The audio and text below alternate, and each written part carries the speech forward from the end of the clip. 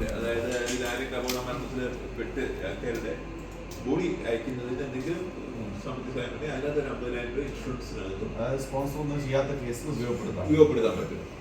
അത് വരുന്നില്ല, ആവശ്യം വരുന്നില്ല. കമ്പനികൾ ചെയ്യും, അല്ലെങ്കിൽ എംബസി അല്ലെങ്കിൽ എന്തെങ്കിലും ഉണ്ടെങ്കിൽ അതിനകത്ത് 50,000 രൂപ ക്ലെയിം ചെയ്യാം.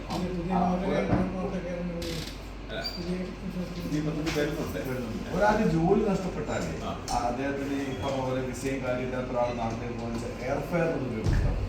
അങ്ങനെ ഇല്ല, അതിനുള്ള ഡിസ്കൗണ്ട്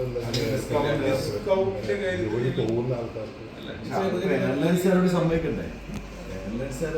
എയർലൈൻസിലോട്ട് ഒമാൻ എയർലൈൻസുമായിട്ട് ചർച്ച പൂർത്തീകരിക്കണമെന്നുണ്ട്. പക്ഷെ ഒമാൻ എയർലൈൻസ് നിങ്ങളെ കണക്ട് ചെയ്യുന്നില്ലല്ലോ.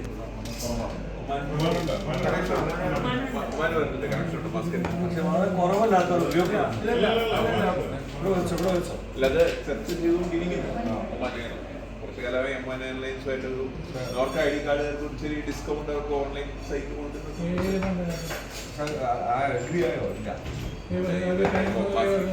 മസ്കറ്റിൽ നിന്ന് പെർമിഷൻ വെയിറ്റ് ചെയ്യാണ്. ഞാൻ പറഞ്ഞത് അങ്ങനെ എന്തൊക്കെ രീതിയിൽ ID കാർഡ് എന്ന് പറഞ്ഞതിന് അതുപോലെ അതിനകത്ത് നമ്മൾ ഈ അതിനകത്ത് ഏറ്റവും സുപ്രധാനമായ ഒരു മാറ്റം ഇപ്പം വന്നത് ഇപ്പം NRI കോട്ട എൻട്രൻസിന് NRI കോട്ട കുട്ടികൾ അപേക്ഷിക്കുമ്പോൾ മാതാപിതാവ് അല്ലെങ്കിൽ മാതാവിന്റെ പിതാവ് NRI എന്ന് തെളിയിക്കുന്നതിന് ഒന്നുകിൽ മിഷൻ കൊടുക്കുന്ന ആ ഒരു സർട്ടിഫിക്കറ്റ് ആയിരുന്നു. അതിന്റെ കൂടെ മിഷൻ സർട്ടിഫിക്കറ്റ് ഇല്ല, എംബസി സർട്ടിഫിക്കറ്റ് ഇല്ല എങ്കിൽ നോർത്ത് ID കാർഡ് ഈ വർഷം മുതൽ അക്സെപ്റ്റ് ചെയ്യും. NRI